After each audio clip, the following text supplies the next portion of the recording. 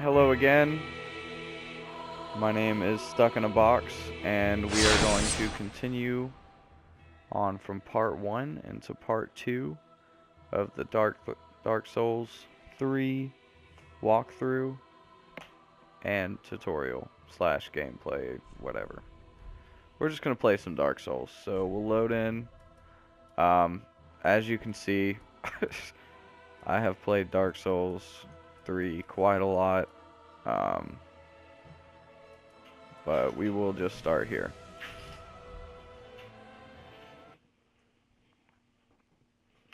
So last episode we picked up the Uchigatana to start my dex build. We cleared out the tutorial area along with the first boss, whose name I still do not feel comfortable with pronouncing. So here we are. Body's already dropping. They know what's up. So we'll just run around here back into Firelink. So we basically left off exactly in the same spot. So we'll just jump down here. Hit this bonfire for shits. Yeah, we don't have any of that yet. Talk to her. Very well, then take me. Get my dexterity up to 16 where it needs to be. And we'll level up my endurance as well. Endurance is really important for a dexterity build. You want to be able to hit as much as possible. Farewell, The Ashley. more you hit, the more damage you do, obviously.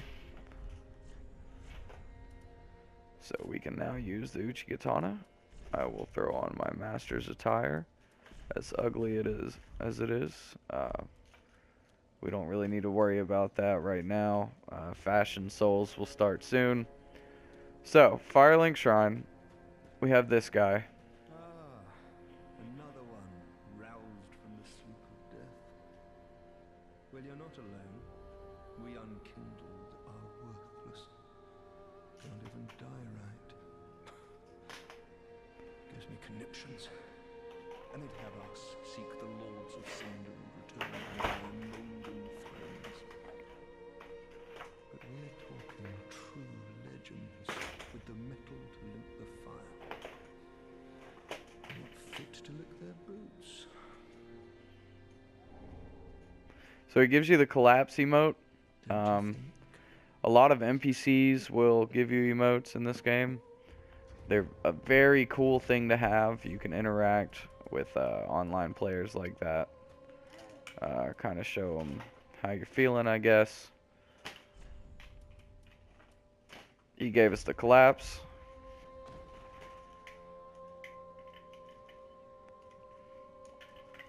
Basically, hey, I just got my ass beat. Then we got this guy. All that unkindled, and a seeker of lords. I am Ludleth of Corlan. Ludleth, that's his name. Look not in bewilderment as I say. I linked the fire long ago, becoming the Lord of Cinder. If substantiation be thy want, set thine eyes upon my charred corpse. This sad cadaver. No need to be cold. Alright, so you basically go through his dialogue on your own time, read what you want to about him. I guess he linked the fire a long time ago and became a Lord of Cinder. Whatever. He's in that chair now. We're on our way to link the fire. And this is about us, so don't need to worry about him.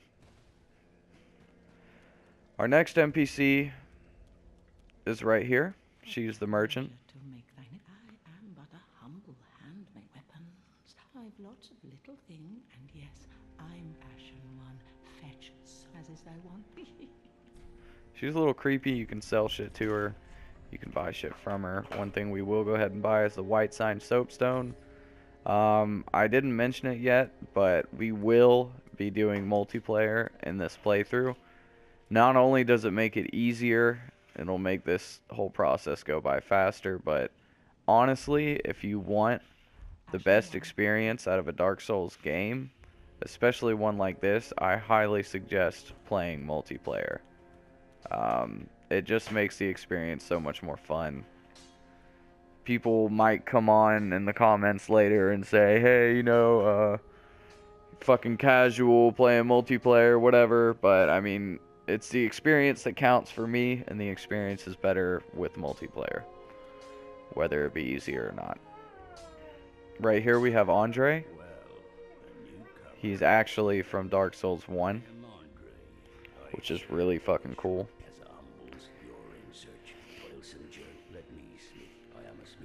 You can upgrade your weapons here with Titanite shards, different type of Titanite materials. You can infuse them with lightning, raw, fire, sharp for dex, which is what we will be doing.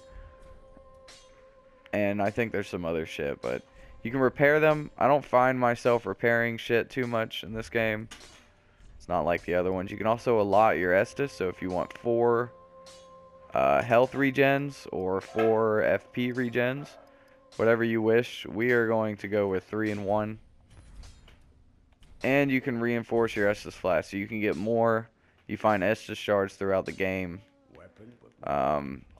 You definitely want to do that. And I believe that's all the NPCs that we have right here right now. So let me show you something. There is a ring that is pretty helpful to get. We went the wrong way. Oh, I forgot to mention, on the back of all these big ass chairs, Holy King Lothric, last hope of his line. It basically has a description of the Lord of Cinder that's going to sit there. So that's pretty cool. Yorm the Giant. So you can get a good idea of the bosses that you'll be facing throughout the game by just looking at those chairs. We're going to run up here.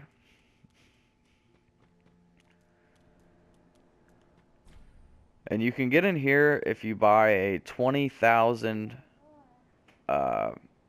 souls item from the merchant. But we're not going to do that until way later in the game, because what's in here is just not really worth it, in my opinion. There's a ladder right here. And then you can actually jump on this tree and get up onto the roof right there. So this is probably going to take a good 5 minutes for me to remember how to do. But we will just keep trying until we get it.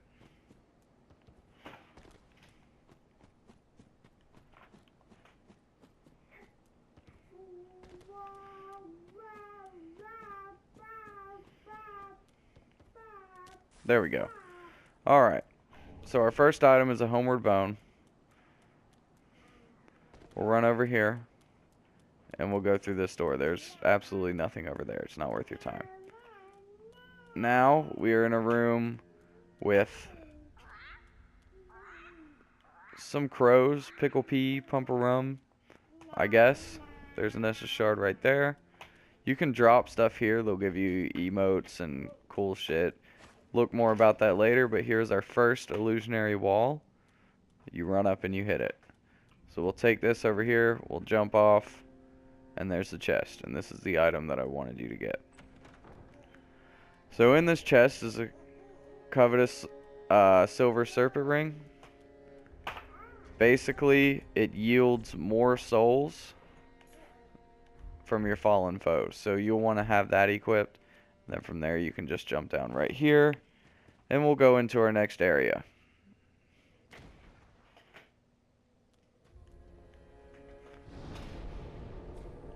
You can immediately travel to the High Wall of Lothric.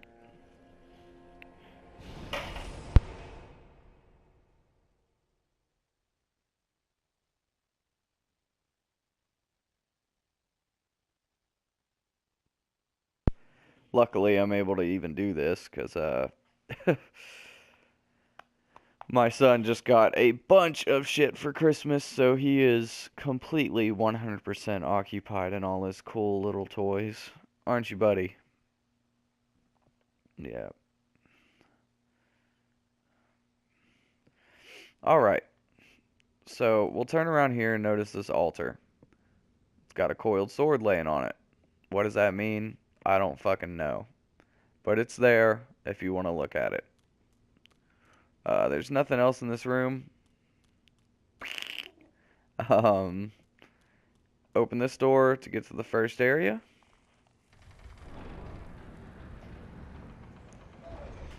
And immediately, we'll jump down here to our first bonfire.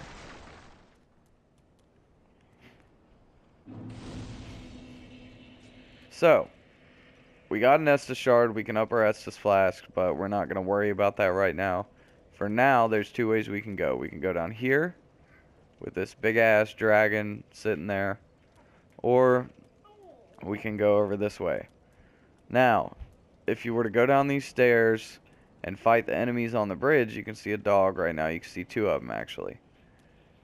Then this guy would start shooting bows and arrows at you, or not shooting bows and arrows, but shooting arrows at you behind your back, and that's just a pain in the ass. So we'll go ahead and take him out. We're actually going to equip our shield, and we're going to take these dogs out.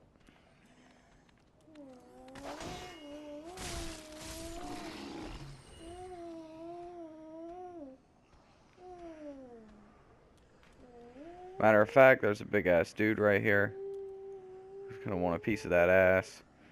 But I guess he's gonna chill right here while we aggro this dog.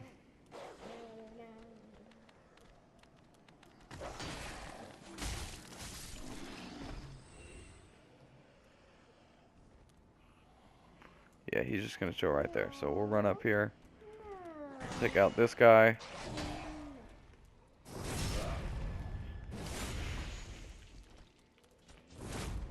Oh, that was a parry.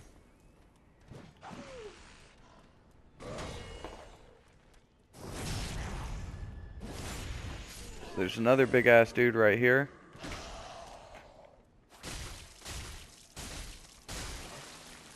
So the Uchigatana has built-in bleed damage, I believe. That's what just happened, that big blood splatter.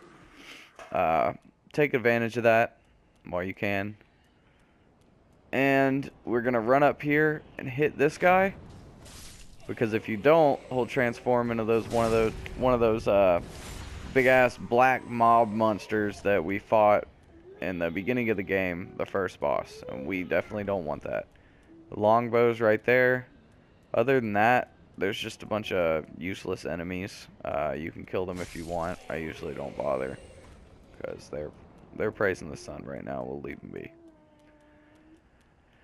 Down here is nothing. It's a door. Shortcut we'll unlock later. And then there's this guy. That's literally it. We don't want to go that way just yet.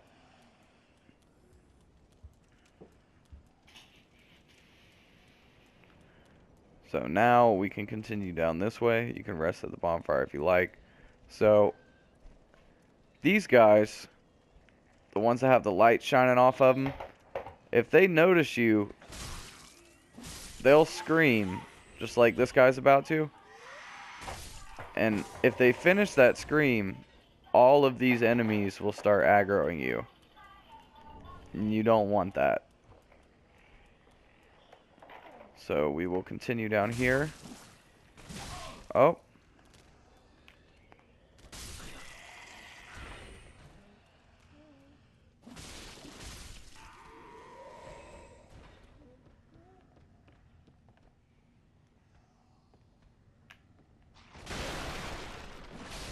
Never been able to hit that guy without him hitting me. I forgot there's an area up here as well.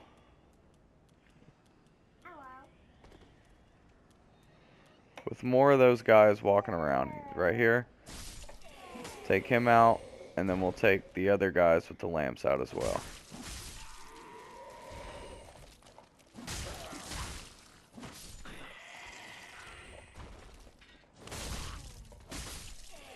So, as you can see, this dragon is taking a good long nap. Don't bother with him too much.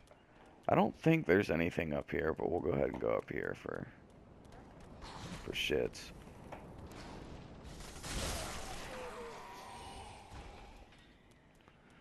Let's see.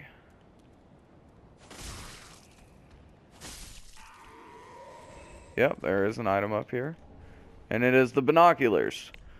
So, the binoculars, it's basically exactly what it sounds like. I mean, they're just binoculars. You equip them, and you can see closer in. If you do take the moment and look through them, I mean, you can see that the game just looks amazing. Everything you see right now is a place that you will visit. So if you run over here to the side next to his little arm wing thing, you can find 3 gold pine resins. Actually, it's 2, I guess. So, we missed an item right here. We'll go ahead and grab that. 2 fire bombs. And we'll drop down.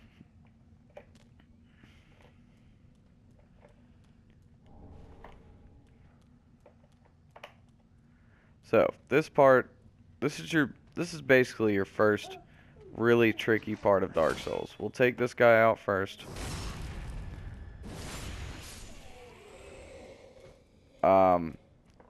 There's 2 ways you can go about this.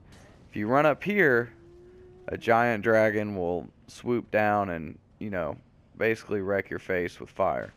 If you run over here, that's basically the safe way, but you'll get cluttered with a bunch of enemies. If you can't take them out, you'll die. That being said, we're going to run up to the dragon way. And we're going to run straight into this room. We're going to shield up right here.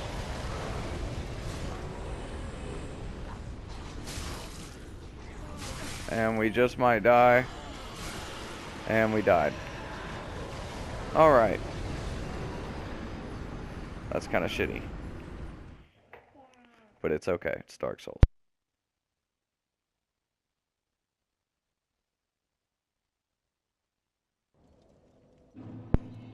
I guess the right advice to give would have been to just run in there, immediately open the door, because I'm pretty sure that enemies can't actually hit you while you're, you know, while you're opening doors.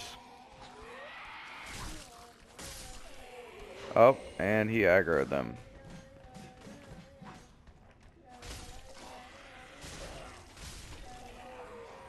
Or he aggroed one of them, I guess.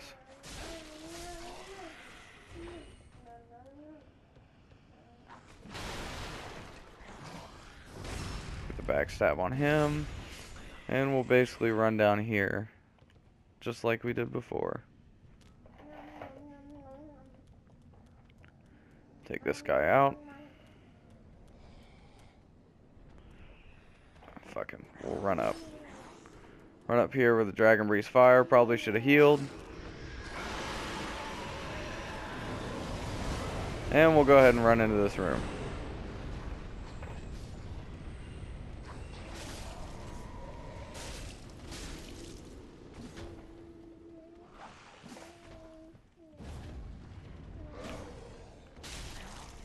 Take this guy out. Oh, or he will take us out. So over there is a claymore. That's for strength builds. We're not a strength build, so we're not going to go through with that. And here is your first mimic. So these things are actually, I don't know if you can see them in Dark Souls 3. Yep, you can. So you can see it's breathing. That is not a good thing. We want to keep attacking it until it wakes up, and then we'll fight it from there. You do not want to let it grab you. If it grabs you, you're dead. If it kicks you, it's probably going to one-hit you. So we'll just take it slow. You can stagger them.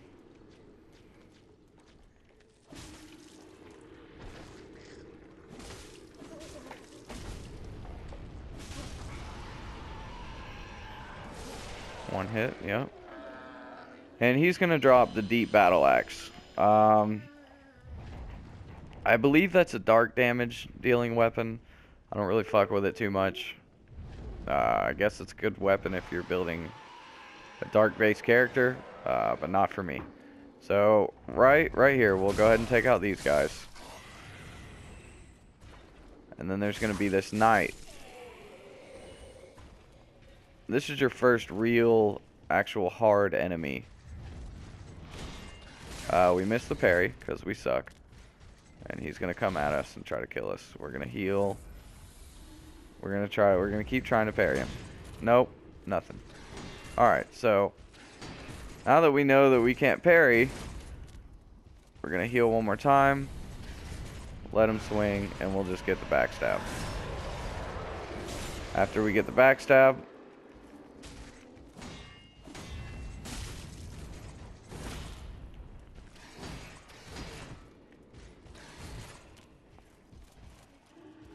try to parry him like this.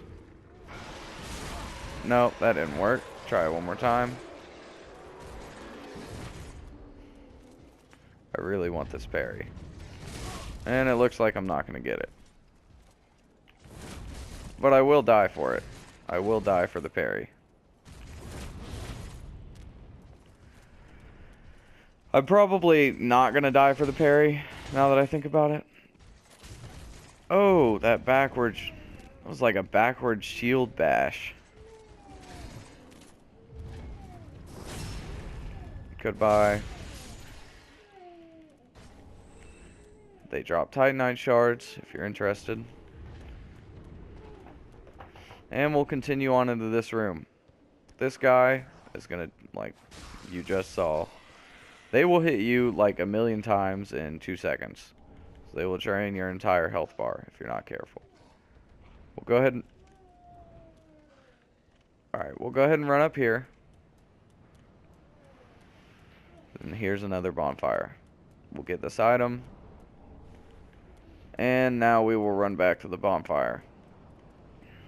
Light the bonfire. So, that's really all there is to this episode. We are now at the first bonfire in the first actual real area, the High Wall of Lothric. This is where we're going to leave off. If you enjoyed, like and subscribe. If not, you shouldn't be here. And thank you for watching, as always. See you later.